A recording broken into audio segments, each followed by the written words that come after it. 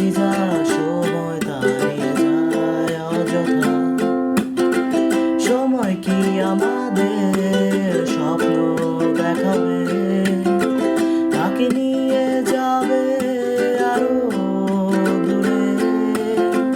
চলো ভাবি এই আশা একসাথে হাত ধরে, সেই রোদ জ্বলা মিষ্টি শীতে ভোরের বিকেলে।